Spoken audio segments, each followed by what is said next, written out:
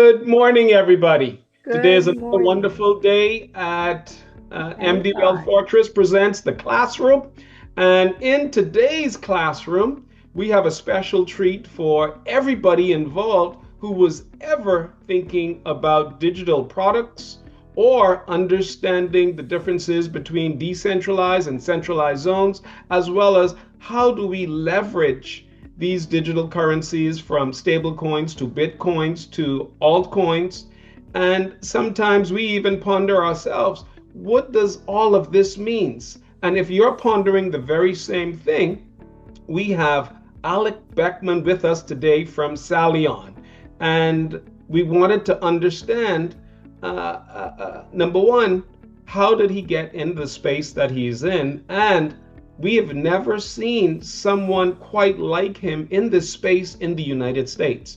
We have seen others outside of the United States, but not in the United States. Alec Beckman, welcome to the classroom. A pleasure to be here.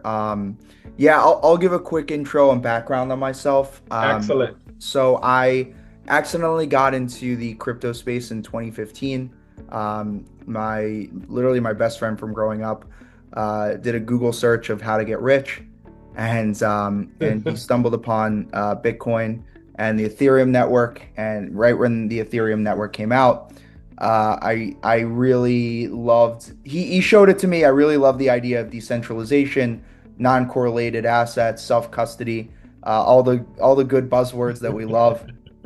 So I decided to really take time to learn about the technology, how it can be used in a correct way. I very much value things like privacy, self-sovereignty, and the ability to transact in a free way. I'm not a criminal. I've never done anything shady, but privacy and the ability to take your money out of traditional financial systems is not illegal as much as they want it to be.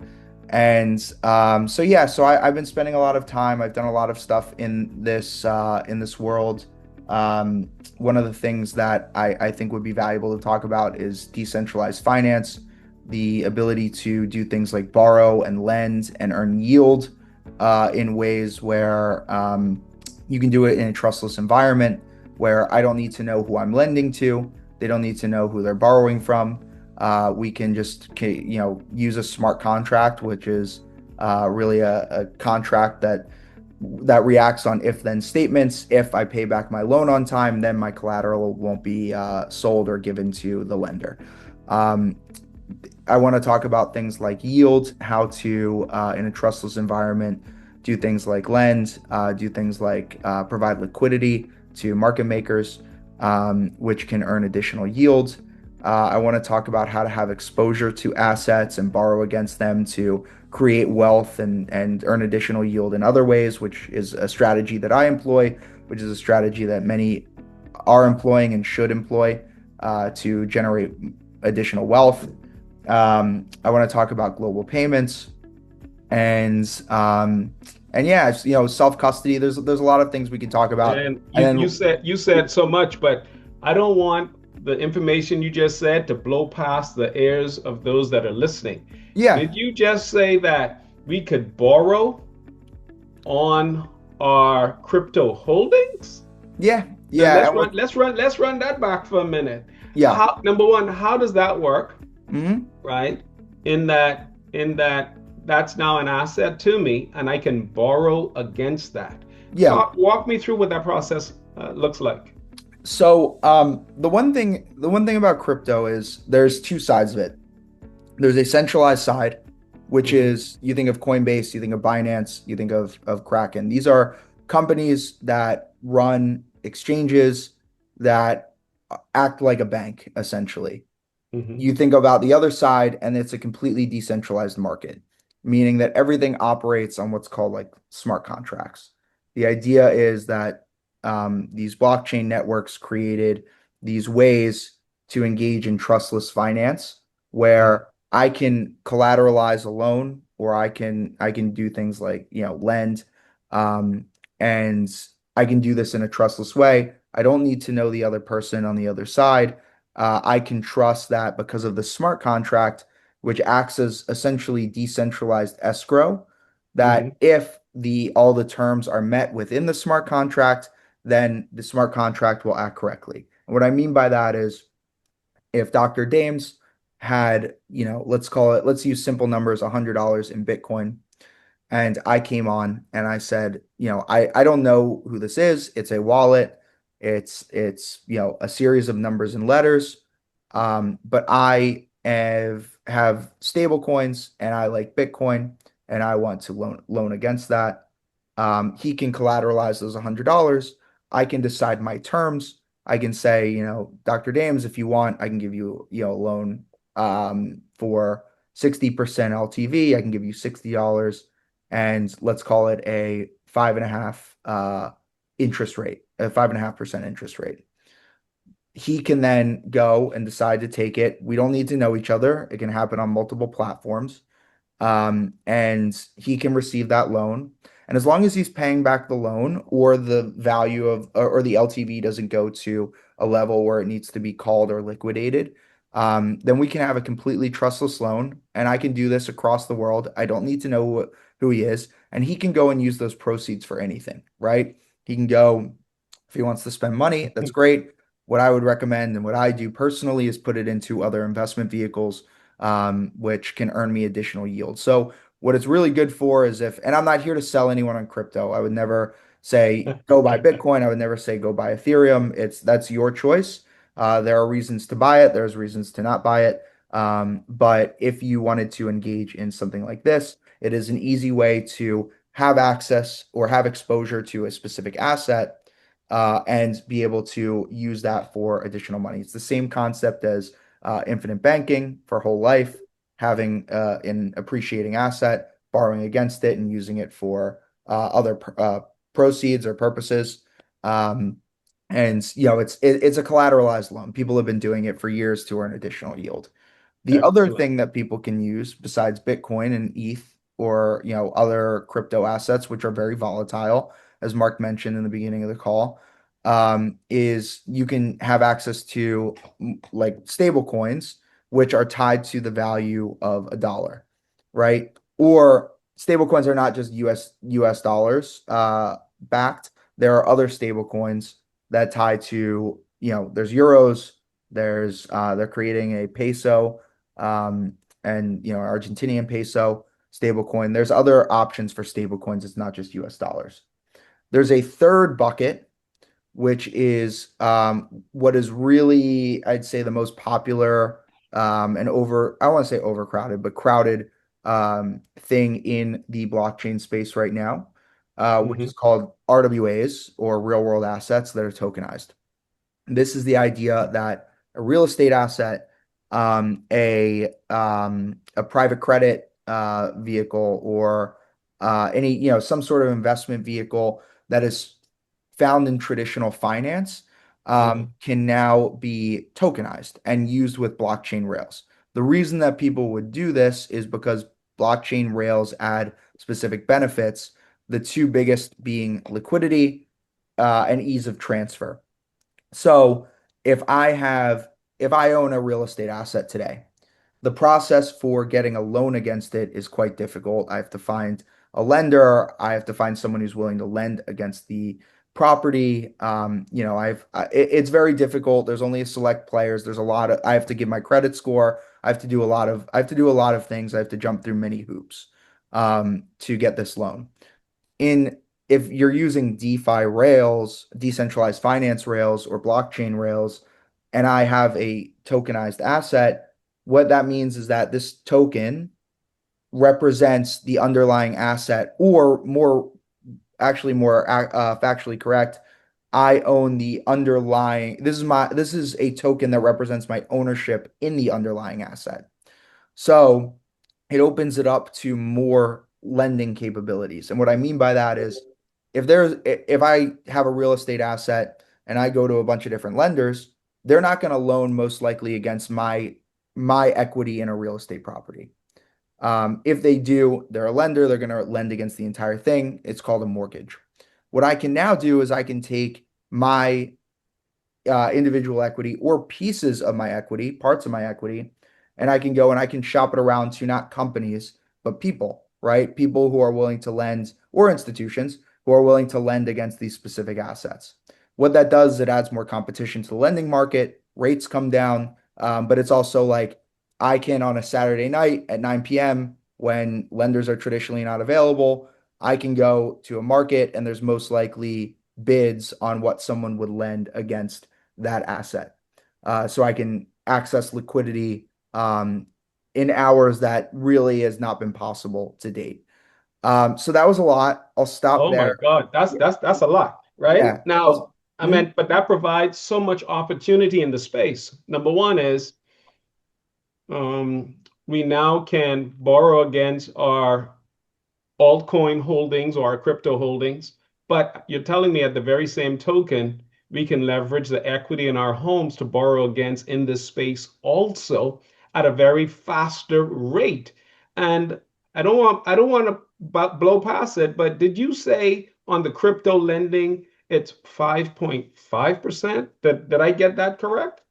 It depends where you go. Okay. The reason I use those numbers is we lend against Bitcoin at that rate.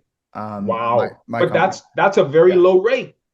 It is a low rate. So I actually write about this concept, Uh-huh. but it like the cost of capital on Bitcoin backed lending Uh-huh. is so much cheaper than what people can get. I don't know if any of you have ever tried to take a loan against real estate, a construction loan, a bridge loan.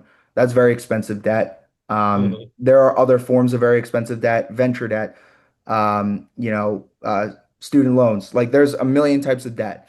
Yeah. The difference is it's not debt where I can apply with my credit score and get credit against what a company or some sort of lender would bet I can pay off in the future. Yeah. It's strictly over collateralized lending, to where they have access to collateral, and if I fail to pay back the loan, or if the price of the asset really goes down, then they can actually take that collateral in a trustless way. Okay. So What's the terms of the contract? Of How the long, big, how long do we negotiate the length of time for yeah. the loan, or is that something fixed on your end? And Mark, you can So go right after me too, by the no, way. you'll go ahead. Answer your yeah, question. so for what we do specifically, the 5.5% is on a 3 month term. Okay. We can offer 6 months as well, Mhm. but the truth is you can renew the term at the end of the 3 months.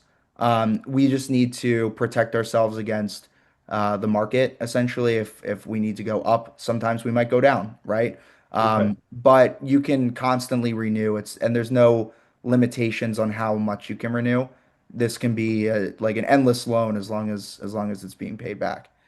Wow. So Yeah, how do you Mark, go ahead. protect?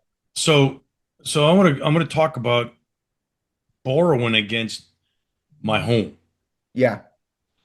So I got a massive I got a lot of equity in my home. Hmm. My home's worth a half a mil, and I owe maybe 100,000 on it. Hmm. So if I want to borrow against it and wipe out all my debt and probably take some of that and put it in the market so I can continue rolling it. Hmm. How does that done through you? Sorry for the interruption, folks. We just wanted to let you know that if you believe that this digital revolution has passed you by, then you are mistaken. We at MD Wealth Fortress pride ourselves on going after digital products constantly in this space. And my team had scoured the planet in order to bring you the best product imaginable. We call it our daily pay processor, which means that you can actually go into the link into the description of this YouTube channel and click on MDWF Daily Pay, mdwfdailypay.com, and it would actually take you to an opt-in page that would get you to understand exactly how to sell digital products globally. And if you want to join one of the largest community on the face of the planet doing it at a very high rate, then this is your opportunity. Don't allow the opportunity to pass you by. We just wanted to present it to you so that you can actually have a better understanding of what it takes in order to make that daily pay. Enjoy. Thank you.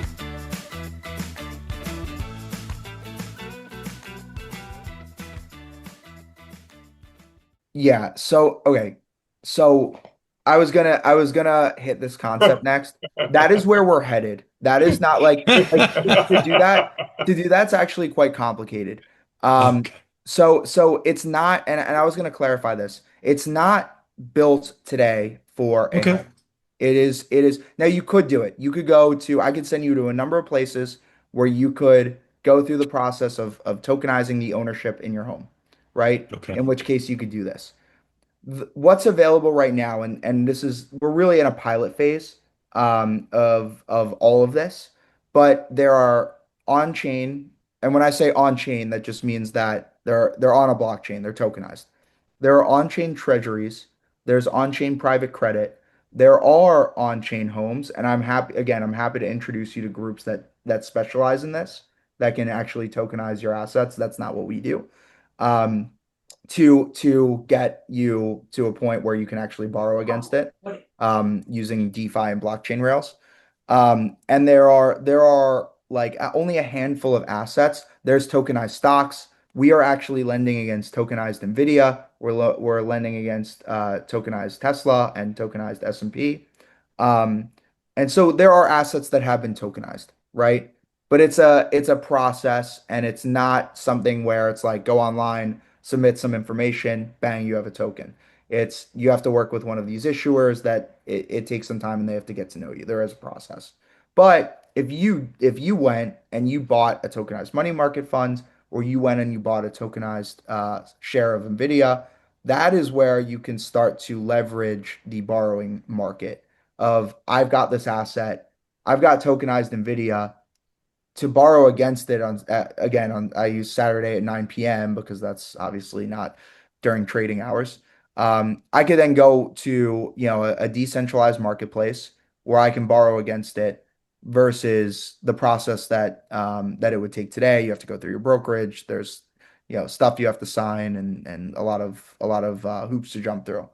How So do that you protect your asset if, let's say, I borrow against my my coins? I have yeah. coins or digital coinage, and I want to borrow against it to, you know, move my Mhm. money around without paying all this exuberant money. Yeah. So how do you protect yourself? Because what if I don't pay the loan back? I mean, you're going to grab my coins. Yeah. Exactly. So, We have access okay. to your collateral. So what's cool? Okay, perfect. That was my Yeah. question. So this is unique, and this is like a concept that's different than how loans have been, or collateralized loans specifically have been traditionally done. When you make a collateralized loan, let's say, and I'll use Fidelity as an example, right? Let's just say you went onto your brokerage account on Fidelity, or sorry, you said you use Schwab, Dr. Yeah, D? we use Yeah, swap. we had Okay. Charles Schwab. Okay, so let's use Schwab as an example. You own, let's keep using Nvidia. You own Nvidia. You want to borrow against that in Schwab. You can do that, right? But the custody is Schwab's, correct? Yeah. It's under Schwab's custody. Now that's Right. not a bad bet because Schwab's a huge custodian, they're a huge institution. They have the assets to cover it in case something happens. The assets are insured, so it is a safer bet, but it's not a 0% risk. It is a, let's call it 0.00001% risk. There's still a level of risk there on the custody side. The way that we do loans, and the way that you can do loans in the crypto space, is you can do what's called a self-custody loan. It is your wallet, it sits in your wallet, right? You hold the private keys. No one can ever take it out. But you have a smart contract which says that it would liquidate your assets in the case of preset terms. For example, we have 95% LTV liquidation for our Bitcoin backed loans.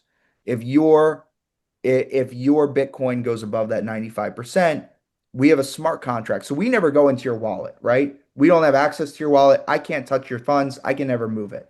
But there's a smart contract which acts automatically where if it goes above that 95% threshold, it would actually liquidate the appropriate amount until you dip below, in our contract, at 60% level. So The difference is while you borrow against Schwab, which is a safe bet, again, because they're a great custodian, this is, it never leaves your custody in your wallet. But swap charges 12 and 13%. You're charging 5.5. Yeah, yes. And yeah. So, In the it's, grander scheme of things, it's cheaper. yeah, yeah. Exactly. Yeah. But that advantage of self-custody is not one that should be overlooked. I think that that's incredibly powerful. I think the ability to hold your own assets and Mhm. not be controlled. It goes back to the first conversation we had here, which is who can take your money if they don't like you. Right. And Yeah. this is the reason why we're trying to, me personally, trying to become my own bank, I love it. and Yeah. that's where I'm heading. Yeah. And so that way there I control my assets in my bank. I'll loan to myself. I started in 2017 a company called Advantage Blockchain. And I can actually tell more of my story and how Oh, I please, by all means. Now put I haven't seen any gray hair on your head at all.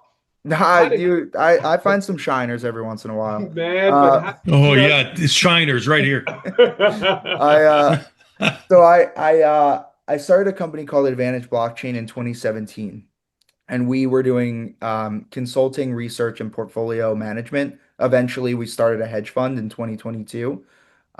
In 2020, we went completely bankless. We did not have a bank account. We did everything through blockchain and stablecoins and self-custody. It was more difficult then. It's a lot more, it's a much more realistic goal now because you can do things like there's decentralized debit cards where Visa has allowed certain decentralized platforms. One's called Moonwell, which I personally use, where you can actually top up your card through stablecoins, and you can actually have a Visa card that runs it. It's in my custody. It's not in the bank. And what's really cool about it is it's actually earning like 5-6% on yield in my checking account, which is pretty unique. But yeah, I love the idea of going bankless. It's an achievable thing nowadays. So oh, I love it. and that's called Moon Card?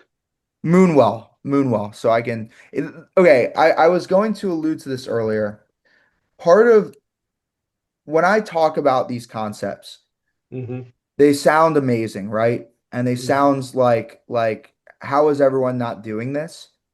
The biggest reason that people aren't doing this is because these the technology is not intuitive. We've been using technology for a while. A lot of the tech that they built is stuff where if you sit down for 5 minutes, you can figure it out very quickly. The blockchain tech UI and UX, really the US, the user experience, is terrible to where you need to sit down and learn how to do these things. Everyone's capable. You can go on YouTube, you can watch videos on how to do things. I can work with you. I've worked with people plenty in the past to help them access this sort of thing. Um, but if I said to you, go figure out how to use a stable coin card on Moonwell, and you can't look at anything, um, it would be really difficult. It's so that is a big prohibitive factor of this tech. Yeah, we're familiar with it because we were about to use Bancas out of Mexico, Hmm. and they had to convert from Visa to MasterCard, and they sent out these cards that you can actually use on your Visa card. The concept is really, really cool. However, we weren't able to get started with them. So now that you're mentioning Moonwell and the fact that you like it, it's a wonderful option. I can't tell you the amount of applications that could avoid. Hmm. I mean, it's so much. And when we heard it the first time, we weren't confused, but we were just trying to understand the placement of it. So, do you have a contract with Moonwell, or Is that the only company that you would recommend, or are there others in this very same space for a decentralized process? There are many. That's just the one that I personally use. I don't have a contract. I don't have an agreement, no sponsorship. It is just the one that I personally selected. Okay. There's many good ones out there. Okay. And they're becoming more common because um, we have the Genius Act that passed. We have the Clarity Act, which is going through. Oh, Um, what is the Genius Act and what is the Clarity Act? the Genius Act was around stablecoins. So I talked about this a little bit earlier, but it's essentially creating stablecoins as legal tender, Hmm. and having some regulation around what a stablecoin needs to do to be compliant with US money. Hmm. So there's really like three things. It's they need to show proof of reserves. They need to be backed one to one by a dollar or dollar equivalent, which would be a repo or a treasury, and they need to be audited. So as long as they follow those three things, then they can be a Genius Act compliant stablecoin and essentially act as U.S. tender or legal tender. That's why you see companies accepting stablecoins. It's slow. The adoption is taking a long time, but you may notice it after this conversation. I notice it all the time. It's just because I live in this world. Um, and then I'll give you another example of stablecoins, which is pretty cool and an actual really good use case. Hmm. Um, so PayPal, Hmm. PayPal, something that I'm sure all of you, if not most, or most of you, if not all of you, have used. They created a stablecoin called PYUSD, PayPal USD, and they're testing this right now and they're doing this in some cases. But the idea is these stable coins are much more efficient to send. They're quick, they're instantaneous. They don't have to go through a banking system. The accounting is done automatically. The point of blockchain is really to keep track of transactions. So it's like a really good automated accounting system. Um, so PayPal recognized that they can save a lot of money as a company if they're facilitating transactions in PYUSD versus in US dollars through a banking system, through Swift, through whatever rails they use. So they're testing this right now, and eventually every transaction, when I send dollars, if I send Dr. Dames, if I send you $100 on PayPal, what I'm really buying is when I put money into PayPal, I'm depositing and receiving dollar equivalents in PYUSD. I will have no idea. It will just say I have $100 in my account. I will have no idea what the underlying tech is. And when I send you that $100, it's an instantaneous transaction in PYUSD. And now you have claim over the $100 that I deposited into PayPal. It makes it so much cheaper and easier for them to use. But what's interesting about blockchain is like the big winners are not going to be, most of the tokens that you've heard about or maybe have seen. It's the technology which is going to facilitate really good infrastructure for financial transactions. Man, that's awesome. I can't wait to explore this further because there's so many applications to this thing, and you're bypassing the SWIFT structure altogether. You're Yes. bypassing central banks altogether. Yeah. How do the central banks feel about this? So, to get back to this great segue into the question that you just asked, which is what is the Clarity Act? Yeah. Um, So the bank's not happy, right? Hmm. For years they have made all their money off of interest-free deposits where Hmm. people put money into checking accounts or savings accounts where they're really earning very little. And the bank Hmm. is going around and making a ton of money off of that. You think about credit card loans and the APRs on those. You think about investments that they make on their balance sheet off other people's deposits. You are essentially giving them interest free or extremely low interest loans, banks.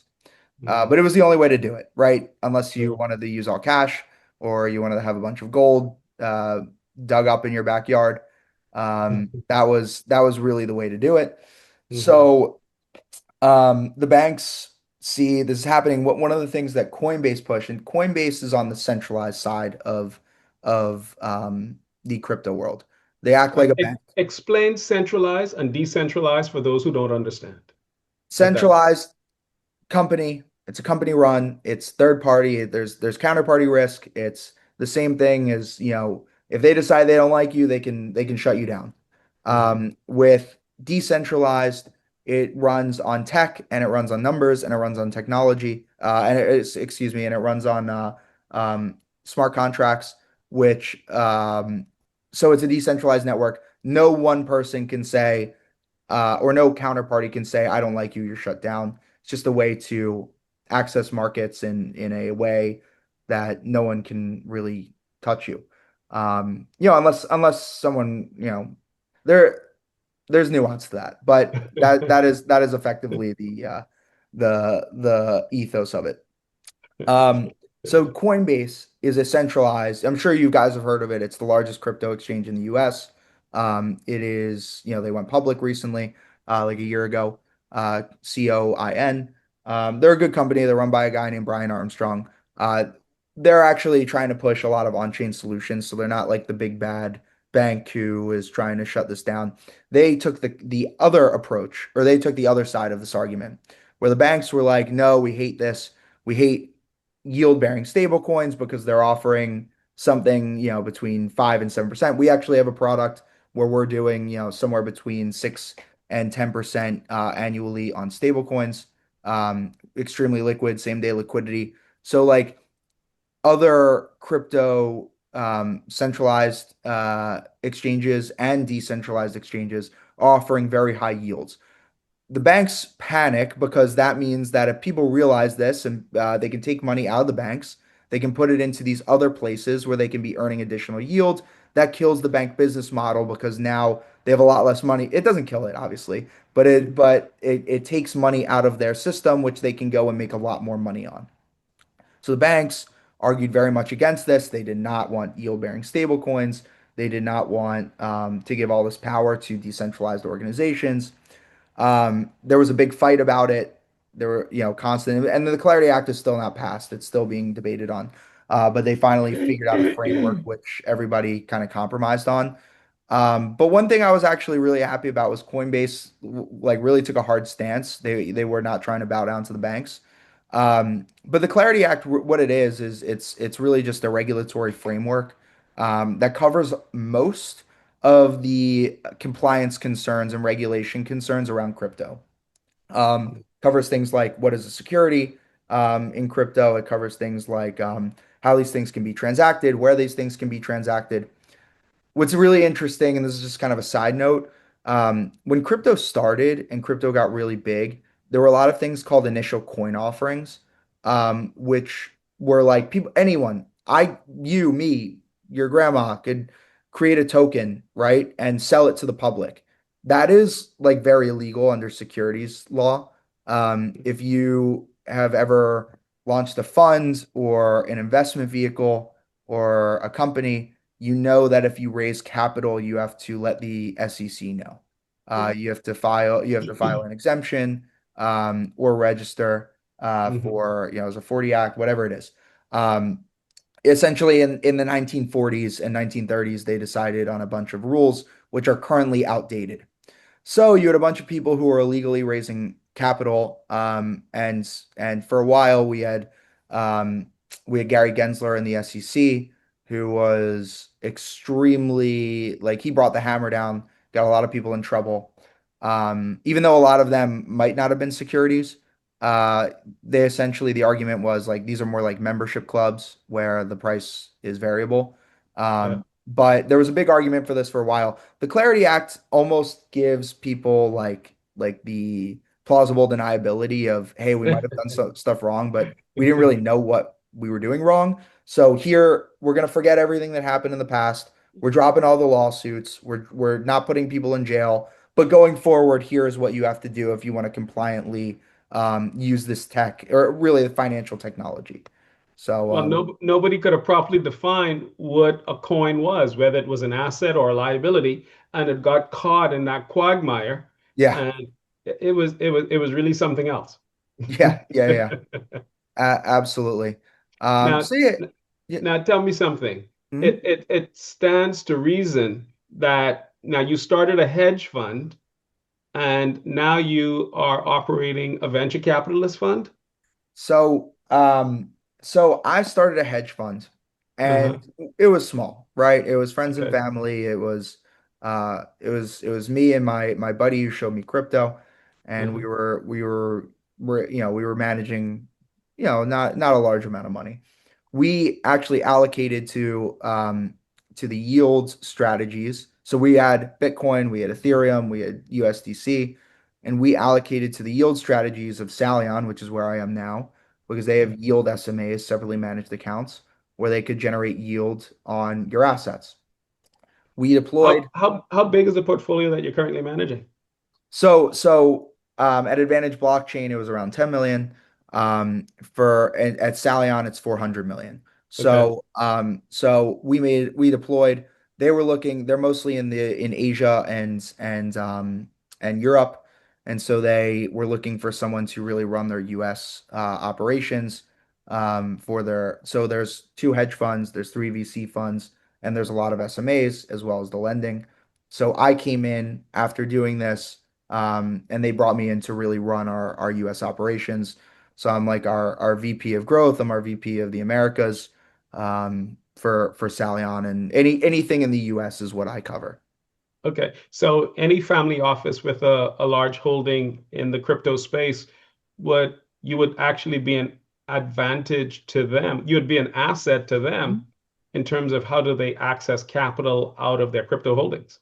Yeah, we could either lend against it for you to go make decisions with that capital, or we can generate yield for you. If you essentially, if you give us Bitcoin, if you give us ETH, if you give us stable coins, we run market neutral strategies which generate yield on those assets. So we'll give you more, we don't care about the price of Bitcoin. It might go up, it might go down, but we will give you Mhm. more Bitcoin than what you had before if you work with us. Now, have you seen it where a group, like a group of multifamily offices or collaborators get together and emulate I don't want to say a hedge fund, but emulate a VC, a venture capitalist type of operation to where they can pool their resources together, then to go and get other assets using the bank on yourself concepts and everything else like that. Oh yeah. Have you Yeah, seen that's that? one of our biggest, so we have like a feeder fund. We have a few feeder fund clients which do exactly that. They pull together a bunch of people's capital to generate yields on one or more of the assets that we can generate yield on. Okay, cool, Mhm. cool, cool. Oh, don't let me ask all the question, guys. You I guys have work for I have yourself. a question. Yeah. Go ahead. You mentioned construction loans. Yeah. How would if you have owned the land to put a house on the land, and I apply for a construction loan, what basis are you doing it, the collateral on the land only, or do you look at it and say, okay, she needs $200,000. She has the land, Yeah. 5 point whatever percent. How would you handle that? Yeah, let me clarify here. So we don't do the collateral in this case is not the land. When I say construction loan, like we can replace that debt. If you had let's just say you had let's say $200,000 was the number you wanted to get to, and you had $400,000 of Bitcoin, you could collateralize that Bitcoin and we could lend against that. Oh, And you owe okay. 5.5% on that loan with the Bitcoin as the collateral rather Okay. than the The land. land. So, like the concept that I talk about quite often is like you can borrow against your Bitcoin and replace other forms of debt. I got it. Yeah. Mhm. No, I truly love that tokenization idea, though, in terms of what you mentioned earlier with Mark. Yeah. That's rather impressive, right? Yeah. Meaning, And if anyone has real assets they're working with and want to access this sort of financial system, maybe you can eventually Mhm. collateralize things like land. Mhm. I'm happy to connect you to the right people. Hey, Mark, So think you know about. what you're doing? You're pissing off the banks. The banks You have know. no idea who I am. I'm a Well, yeah, small bank. exactly. And Yeah. that's why you want to keep it on a down low, but it's going to happen Yeah. because the bankers see this happening because, of course, they control the Federal Reserve. They're Yeah. controlling the five or six families control everything on the planet. Mhm. And Mhm. you're disrupting this. The digital coin is disrupting this. Yeah. Okay. Now they're Yep. going to try to figure out a way how to leverage it. Hmm. They already are. They're already Oh, I creating. know they're Yeah. working on it. We're not Yeah. privy to that information, but Yeah. I can Yeah. smell it in the air. There's some interesting things I can send you. They're doing a lot of pilots right now. JP Morgan, which was for years Oh yeah. the anti crypto Christ, if you will, Oh where yeah. they would constantly talk about how it's terrible. There's no use Oh case, this, yeah. whatever. They I actually, yeah, go Jamie ahead. Dimon has spoken about it. Yeah. He Do you said know there's that no since, value to it. Why are you putting money in it? yeah, Bitcoin is useless. It's just somebody arbitrarily made something yeah. and said it was worth value. Do you That's know why since I since didn't buy any. Since 2020, JP Morgan has had the largest digital assets division of any bank um, out there. They were saying one thing, but they were They were doing doing another. another. They were Yeah. devalued. They were his reach was so vast and strong, people believed him. So Mhm. the Bitcoin devalued while he bought them. Yeah. Yeah. Oh, I know exactly his game. You Yeah. know, Yeah. J.P. Morgan did the same thing. Pierpont Morgan did the same thing. You know, Hmm. back in the 1907s, and yeah, it's a game. So Mark, you can technically take the equity in your home, go and get a credit union 80% LTV, park the rest of that into crypto, borrow against that, Hmm. And pay that loan pay, off. pay the What loan I back off. pay Right, the loan back off. What right. I do in a Charles Schwab That account. right, right, That was right. my whole thought process because I Yeah. Woo! could take this money, put it in my Charles Schwab account with Yes. the ETF weekly dividends. Going upstairs. Yeah. It can earn enough money Oh, that I okay. can pay you back within 3 to 4 months. Yeah. Yeah. Wow. And look, I said at the beginning of this, I would never suggest buying Bitcoin or anything. Well, we What didn't Um, you're mean bringing to Bitcoin. this Any space, any we've coin in already the thought. space and that's and stable. this is not financial advice, but No, I'm a we, very contrarian investor personally. yeah, I will just say I bought some Bitcoin yesterday because the price is historically low. Yeah. That doesn't mean we can't go lower. It just means that I saw this as a time where this might be advantageous.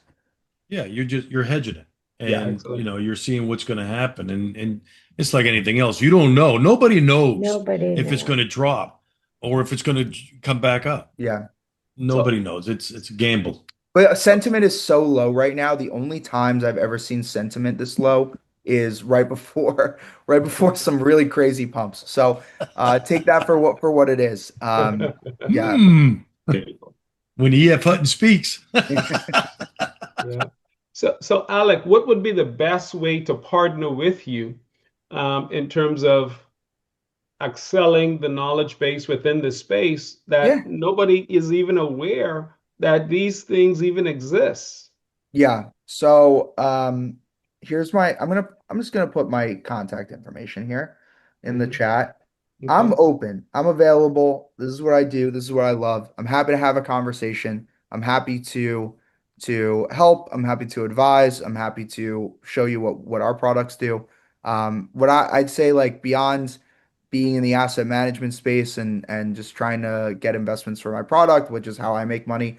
I'd say I my number one goal is to help people access this amazing technology, which can truly help them in a safe way. Mhm. It's difficult. I'm sure you've heard horror stories of how Yeah. this stuff goes horribly wrong. Yep. I have made every mistake that there is to make. I know what not to do, which is way more important about what to do. So I'm always happy to talk, and every situation is different. If you ever want to just talk and talk through some of these things, might not be the solution for you, might be a great solution for you, and we can just figure that out together. Well, the goal is to have options. Now, what about those individuals who are residing outside of the United States that would like to get access to this? Even better for us. We're set up for both. Okay. As long as you're not in Iran or North Yeah. Korea, Yeah. we are not restricted to working with you. Okay. And the Okay. reason for that is because of like, sanctions zones, and Patriot Act. That's not like us saying, oh, we hate, these Mhm. people. It's we just compliantly can't work with them. They're on the bad list. Yeah, it's I actually just, like, transparently, I have a client, he's a Canadian citizen, he lives in Russia, and he's having a lot of trouble getting like access to financial, like, if he leaves the country, he doesn't have a debit card or credit card or anything. So I'm trying to help him fix that situation. Oh, excellent. Yeah. Excellent. Yeah. Now, is there a specific topic that we didn't cover that you wanted to cover to enlighten all of us? Um, I think that if we were gonna talk again, Uh-huh. like, I don't want to, like, suggest a series or anything, but, like, we could talk about anything very specifically. And I think what I would like to do next time is actually show how some of the stuff is done. Oh, that So would be excellent. if you ever wanted to bring me back, and I could literally just share my screen and show what's out there, show that it's complicated, show how to do it, safety practices, all this stuff. Like, at the end of the day, I love it if you can go and do this yourself, Uh-huh. without me. Like, I think Uh-huh. that's a benefit to the world. So yeah, if you ever wanted to do that, I mean, like, the topics we hit are, we could get way deeper into all of them, but I think we actually touched on all the topics that are important. Uh-huh. Man. Let me take a survey. I think, yep, we got to bring you back. Well, I that was a appreciate it. quick survey. Yeah. Great demand. I Awesome. agree. I ain't saying nothing this morning, but I agree. I'm just listening. I'm gleaning. I'm Uh-huh. gleaning. Yeah. Excellent. Excellent. Amazing. Amazing. Amazing. Thank you. Thank you so much, everyone. Yeah, just reach out. If you don't have my contact, I put it in the group, but Dr. Dames knows how to reach me. Yeah. And I'm happy to just talk. It's All right. So Alec, we're gonna leave you with the last word. last word. Yeah, we're gonna leave you with the last word. Yeah. We're gonna let you can let you speak freely, and you're gonna end the program. All right.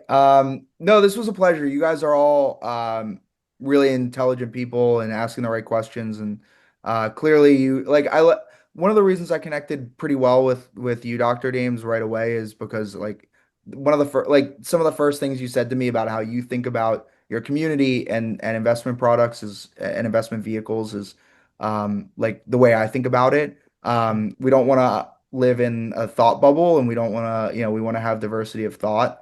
But it's really good to take that first step of understanding, like, how you can access really great financial tools to create a great life for yourself and your family.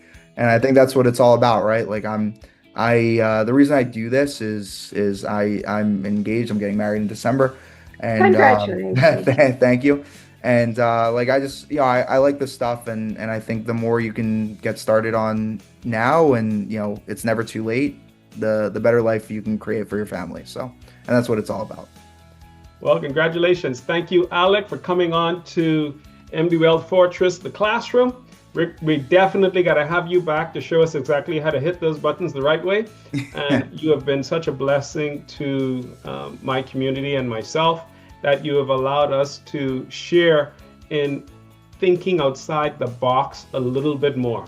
So I can't thank you enough for that. And we appreciate you, and I can't wait for the next one. I appreciate you. Thank you so much. Please get in touch with me. I'm looking forward to having conversations with you. Absolutely.